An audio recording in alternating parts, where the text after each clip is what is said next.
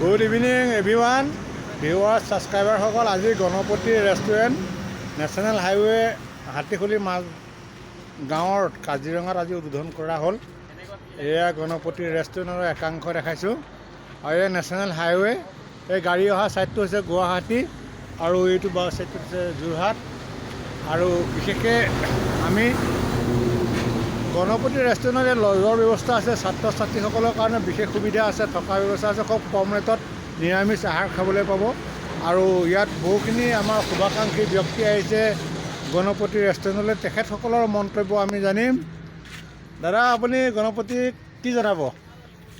মোৰ বাল্যবন্ধু আৰু সহপাঠী নিপুল দাসে যি পদক্ষেপ লৈছে এই পদক্ষেপক মই শলাগিছোঁ। নিপুল দাসে নহয়, আমাৰ লীলা পাটোৱাৰীও আছে। লীলা মই নাজানো, কাৰণ মই যদিও মোৰ বন্ধু বাল্যবন্ধু, তেওঁৰ যিখিনি পদক্ষেপ লৈ আছে বিকলাংগ অনুষ্ঠানকে আদি কৰি, তাত মই বহুত সুখী আৰু ভৱিষ্যত যাতে আৰু তেওঁ আগবাঢ়ি যাব পাৰে তাৰ মই কামনা কৰিছোঁ। বহুত বহুত ধন্যবাদ। আৰু এগৰাকী মহিলা আছে, আপুনি কি জনাব? মোৰ ফালৰ পৰাও আপোনালোকৰ এই যি যৌথ ব্যৱসায় পূৰা সম্পূৰ্ণ সফল হওক, বহুত আনন্দৰ হওক, এই শুভেচ্ছা জনাইছোঁ। আৰু এগৰাকী আছে, কিবা শুভেচ্ছা জনাব? হ'ব দিয়ক, ক'লে নহয় ক'লে। আৰু বিশেষ এগৰাকী মহিলা আছে, বিশেষকৈ ফেচবুকৰ মানে মাতৃ বুলি ক'ব লাগিব। আৰু এই মাতৃগৰাকীৰ লক্ষ্য উদ্দেশ্য কি ইয়ালৈ ৰেষ্টুৰেণ্টলৈ অহা অকণ জনাব নেকি আপুনি? ভাল লাগিছে। আৰু লীলা পাটোৱাৰী এজন নিজেও অকণমান দিব্যাংগৰ এক্সিডেণ্টলি হৈ দিব্যাংগ হ'ল, গতিকে তেখেতে যি পদক্ষেপ লৈছে, লগতে আমাৰ সহযোগী হিচাপে তেখেতে বিচাৰিছে, গতিকে খুবেই ভাল লাগিছে।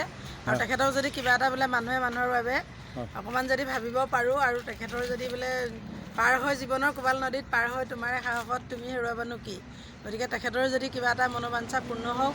আৰু এই গণপতি ৰেষ্টুৰেণ্টখনলৈ আপোনালোক আহক, আৰু খুব ধুনীয়া এটা পৰিৱেশ, আৰু গোটেই দিনটো থাকি আজি আমাৰ এই যি মানে বিবাহ বাৰ্ষিকী পালন কৰিলোঁ, খুব ভাল লাগিল। কেইবছৰীয়া বিবাহ বাৰ্ষিকী? আমাৰ আজি 25 বছৰ পাৰ হ'ল। গতিকে আজি আমাৰ ৰূপালী জয়ন্তী বৰ্ষৰ আজি 14 ডিচেম্বৰ তাৰিখটো আজি গোটেই দিনটো ইয়াতে আমি অতিথি আপ্যায়ন কৰিলোঁ। আৰু এই ৰেষ্টুৰেণ্টখনো আপোনাৰ আজি শুভাৰম্ভ কৰিলোঁ ফিতা কাটি। আপোনালোকৰ বিবাহ পাৰ লগতে আপোনালোকৰ বৰ ছোৱালী বোলে আজি বিবাহ হৈছে, হয় নেকি? হয় হয়, তাইও আজি এইটো এটা আমাৰ দেউতাকৰ মাকৰ আদৰ্শৰে আদৰ্শিত হৈ এজন ল'ৰা, তেওঁ অৰুণাচলৰ পৰা ভাল পায়। আজি তেওঁ কোৰ্ট মেচকে আদি কৰি তেওঁ নিজৰ ইচ্ছা